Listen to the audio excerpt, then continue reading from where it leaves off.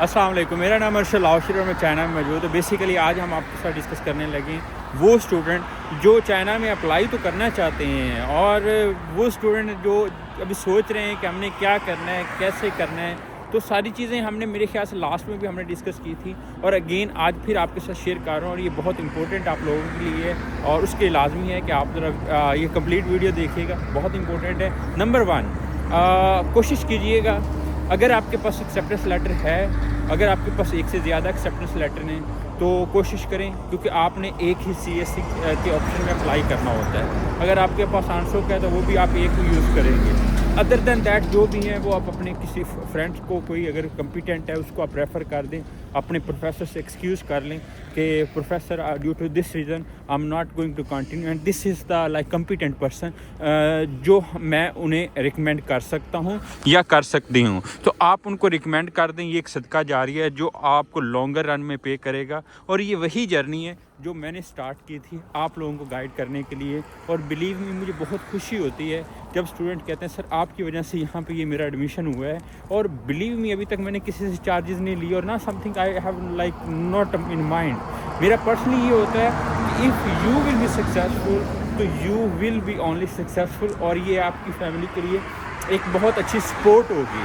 और अगर आपकी फैमिली की एक अच्छी सपोर्ट होगी तो कल को आपका नेक्स्ट जो जनरेशन आपकी जो होगी वो भी डेफिनेटली ग्रो करेगी। अच्छा, एक जो है वो तो ये है कि जिनके पास एक्सेप्टेंस लेटर है वो इसी तरह अप्लाई करेंगे और जिनके पास एक्सेप्टेंस लेटर नहीं है उन्होंने क्या करना है, उन्होंने इन्हीं गाड़ियों की तरह आगे मूव करते रहना है या बस वहाँ पे खड़े हो जाना है। तो आपने मेरे कहने पे इस दफ़ा आपने, अगर आपका CGPA लो है तो आप प्रोविंशियल स्कॉलरशिप पे लाजमी अप्लाई करें। 1 बेल्ट 1 रोड इनिशिएटिव स्कॉलरशिप है, उन पे आप लाजमी अप्लाई कीजिएगा। तीसरा जौन सा यूनिवर्सिटी स्कॉलरशिप है वहाँ पे आप अप्लाई कर सकते हैं। There are the very chances कि आपको वहाँ पे ट्यूशन फ्री होगी, आपको वहाँ पे अकोमोडेशन फ्री होगी और आपको कुछ ना कुछ स्टाइपेंड दिया जाएगा। दैट इज़ अराउंड 1500 से 2500 युआन दिया जाता है। 1000 से आप 2500 RMB तक आप कर सकते हैं कि आपको इतना दिया जाएगा स्टाइपेंड। तो ये इस चीज़ को आपने बावर करना है कि आपने इस दफ़ा अप्लाई लाजमी करना है। अच्छा, 2 यहाँ पे आएंगी आपको क्राइटेरियाज़। एक तो वो यूनिवर्सिटीज़ होंगी जो कहेंगे कि अच्छा आप अप्लाई करें, there is no application fee. अगर आपका CGPA अच्छा है, आप नहीं अफोर्ड कर सकते, फाइनेंशियली आपको इश्यूज़ हैं, तो फिर तो आई वुड रिकमेंड कि चलें आप इसमें चले जाएँ जहाँ पे एप्लीकेशन फ़ी नहीं है। अगर आप अफोर्ड कर सकते हैं, अगर आप अच्छे शूज़ पहनते हैं, अच्छा मोबाइल रखते हैं, आप बाकी फाइनेंस मैनेज कर सकते हैं, तो वाई नॉट फिर आप ये छोटी सी जो एक आपका जो फ्यूचर बना सकती है जो डिग्री आपकी, कल को यहाँ पे आने के बाद आपका आगे नेक्स्ट किसी और यूनिवर्सिटी, किसी और कंट्री में मूव करना आसान हो जाएगा। यूरोप की तरफ यहाँ से चाइना में जितने भी स्टूडेंट्स आते हैं उसमें से 70% जो स्टूडेंट्स होते हैं वो या तो यहाँ पे चाइना में सेटल हो जाते हैं, कहीं ना कहीं अच्छी जॉब्स उन्हें मिल जाती हैं, या नेक्स्ट PhD की अपॉर्चुनिटीज़ मिल जाती हैं। अगर PhD किया तो यहाँ पे कहीं असिस्टेंट प्रोफेसर बन जाते हैं या पोस्ट डॉक कर रहे होते हैं, या जो सा यहाँ से डिग्री लेने से, क्योंकि जब यहाँ पे डिग्री करते हैं तो आपके रिसर्च पब्लिकेशन ये चाइनीज़ इतनी आपकी करवा लेते हैं, 3-4 पब्लिकेशन, और उन 3-4 पब्लिकेशन की बेस पे आप दुनिया के किसी भी मुल्क में फिर जा सकते हैं। तो that is the one reason, क्योंकि हमारे पास अभी प्रोफाइल शायद उतनी स्ट्रॉन्ग ना हो, हमारी रिसर्च पब्लिकेशन उतनी अच्छी ना हो, या हम उस तरह पूरी दुनिया को compete ना कर सकें, यूरोप को स्पेशली। तो China is the best opportunity which you have to attain at any cost.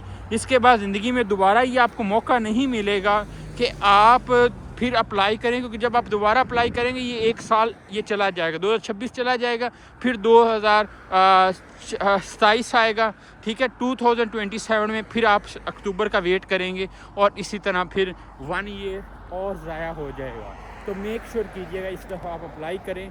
मैंने आपको 2-3 सपोर्ट्स किए हैं। एक तो ये मैं कह रहा हूँ, अगर आप फ़ी का कोई इशू आ रहा है, आप लोगों को ऑनलाइन पेमेंट कर रहे हैं, आप RMB में पेमेंट करते हैं, डेफिनेटली पाकिस्तान से नहीं होता, तो आप देखें आपके कोई जानने वाले कोई दोस्त है बाप अगर वहाँ पे पढ़ रहे हैं तो आप उनसे रिक्वेस्ट करें वो आपकी फ़ी पे कर देते। अगर कोई भी नहीं करता तो यस, आप मेरे से कॉन्टेक्ट करें, I will help you to pay the university fee. तो आप वो I will help you. The second is, जब आप वहाँ पे ऐड करते हैं यूनिवर्सिटी की एप्लीकेशन में तो वहाँ पे आता है कि आप एज ए ग्रंटियर कोई बताएं जो चाइना में रह रहा है। अच्छा, मोस्ट ऑफ द स्टूडेंट्स जैसे आप हैं, तो आपकी तरह के जो स्टूडेंट्स होते हैं उनका जानने वाला कोई नहीं होता यहाँ पे, और अगर हो भी तो वो कहते हैं यार हेजिटेट कर रहे होते हैं। तो मैं ये आप लोगों को as a community like we are knowing each other as a good fellow, so I will share my personal detail with you, but it must be like contain as a confidential, जिसमें आपको अपना name बताऊंगा, आपको अपना email, आपको अपना address, आपको अपना उसके अलावा फ़ोन नंबर, या आपके साथ ये सारी चीज़ें शेयर करूंगा ताकि आप उसमें ऐड कर सकें और कल को आप भी उन एप्लीकेशन के क्राइटेरिया को फिल करते हुए नेक्स्ट आप एडमिशन ले सकें। तो ये एक दो चीज़ें होती हैं जो कि नॉर्मली यहाँ पे क्राइटेरियाज़ हैं जिसको हमने फुलफ़िल करना है, तो ये यहाँ तक मेरी सपोर्ट रहेगी।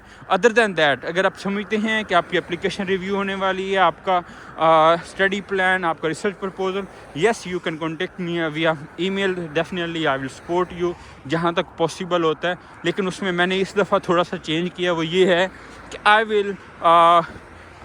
I will make it possible through like some time commitments। तो उसके बाद हम देखेंगे क्या कब कैसे और किस टाइम हम रिव्यू कर सकते हैं। तो अगेन इस जो कम्युनिटी हमने जो बनाई है, यहाँ पे जो भी आपका क्वेश्चन होता है, कोई आपको एप्लीकेशन की प्रॉब्लम आ रही है, जो भी प्रॉब्लम आ रहा है, आप वहाँ पे सिंपली पोस्ट करें और I am over here to respond your queries. जहाँ पे आपको प्रॉब्लम आती है, मेरा ये इस दफ़ा एक गोल है कि मैंने आप लोगों को हेल्प करनी है एट अर्ली पॉसिबिलिटी कि हम ये जो डेडलाइंस हैं 31 जनवरी की, इसमें क्योंकि आलमोस्ट कह लें कि ज़्यादा यूनिवर्सिटीज़ की डेडलाइन ये 31 जनवरी चल रही है, तो कोशिश करें हम भी इसको अचीव करें। और 2 फेब तक होती हैं डेडलाइन, लेकिन आप कोशिश कीजिएगा एज़ सुन एज़ पॉसिबल। जब एज़ सुन एज़ पॉसिबल भी करेंगे तो फिर आपके लिए चांसेस ज़्यादा होंगे एडमिशन को अटेन करने के। और दूसरा ये भी होता है कि आपको रिज़ल्ट बड़ा जल्दी आ जाएगा। जितना आप लेट अप्लाई करेंगे उतना आपको लेट रिज़ल्ट आएगा, चाहे वो रिजेक्शन का है चाहे वो एक्सेप्टेंस का है। अच्छा, इसमें हमारे ना 2-3 मसले होते हैं। अब उन मसलों का कोई हल हमारे पास मौजूद नहीं है। एक मसला तो ये है कि आपकी रिसर्च पब्लिकेशन नहीं है। अगर आपकी रिसर्च पब्लिकेशन नहीं है तो फिर आप कैसे कम्पीट करेंगे, ठीक है।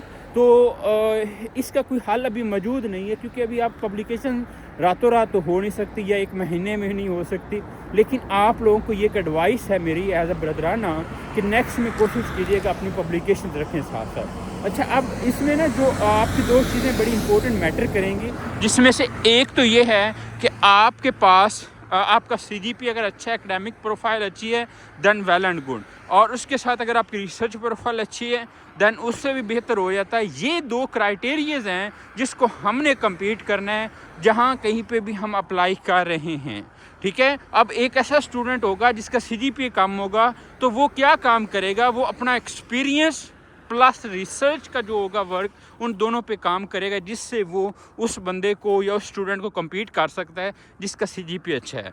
Got it. अब वो स्टूडेंट जिसका CGPA अच्छा है, जिसकी एकेडमिक प्रोफाइल ओवरऑल अच्छी है, लेकिन उसके पास रिसर्च पब्लिकेशंस नहीं, तो वो वहाँ पे मार खा जाएगा। ये वो क्राइटेरियाज़ हैं, ये वो इवैल्यूएशन टीम देखती है। अगर आप में वो चीज़ नहीं होगी तो definitely you will be rejected. तीसरा, इसमें एक पैरामीटर होता है, जब वो इंटरव्यू करने वाला आपसे आपके सब्जेक्ट से रेलिवेंट क्वेश्चन करता है, जब वो आपको क्या कहते हैं, उसमें आप किस तरह उनको रिस्पॉन्स कर रहे हैं, कन्विंस कर रहे हैं, आपकी कम्युनिकेशन स्किल, आप जो सब्जेक्ट से रेलिवेंट उन्हें स्पीक कर रहे हैं, वो सारी चीज़ों को वो ऑब्ज़र्व करते हैं। अगर तो वहाँ पे भी आप ओके हो जाते हैं तो वो जो स्टैंडर्ड है वो तकरीबन दोनों के लिए सेम होता है। जिसका CGPA अच्छा है, जिसकी रिसर्च प्रोफाइल अच्छी है, वो फिर वहाँ पे प्रैक्टिकली पता लगता है कि यार इसके पास ये पोटेंशियल है और इस स्टूडेंट को हमें लेना चाहिए। बस हमेशा याद रखिएगा, ज़िंदगी में जब कभी भी आप जिस मर्ज़ी मोड पे हों, बस इस चीज़ का अपने आंसर हमेशा अपने पास आपकी पॉकेट में होना चाहिए कि why I will be selected, मुझे ही क्यों सिलेक्ट किया जाना चाहिए। अगर ये देखिए हम रोड पे, या ये कारें आपको यहाँ पे नज़र आ रही होंगी, तो ये सारी कारों का कलर डिफरेंट है। अब इसमें से सारी कारों में अगर हम देखें तो इसमें से ज़्यादा ये वाइट कलर्स की कार हैं। तो इसकी क्वेश्चन क्या है, why people selects the white car. अब वाइट को देखें तो उसमें से ये मॉडल्स क्यों सेलेक्ट कर रहे हैं? तो ठीक है, इसका आंसर आपको वो कंपनी बताएगी और वो कंपनी इस पे काम करके वो अपनी सेल कर रहे होते हैं। तो ये दुनिया के हर सब्जेक्ट में, दुनिया की हर फील्ड में इस क्वेश्चन का आंसर आपके पास होना चाहिए। अगर आपके पास इस चीज़ का आंसर नहीं होगा तो आज 2026 है, ये भी ज़ाया कर लेंगे, 2027 भी ज़ाया कर लेंगे और 2028 भी ज़ाया हो जाएगा। और फिर उसके बाद फिर आपने कहना है कि अब क्या हो सकता है। तो मैं अभी भी आपको गाइड कर रहा हूँ, जुड़े रहें।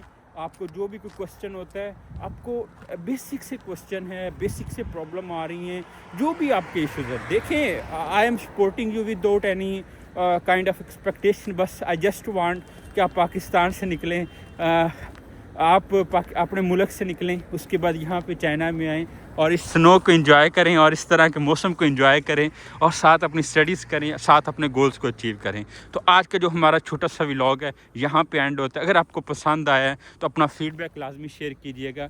And again best wishes for all of you. अल्लाह ताला आपको कामयाब करे और मेरे लिए स्पेशल दुआ कीजिएगा। Have a good day.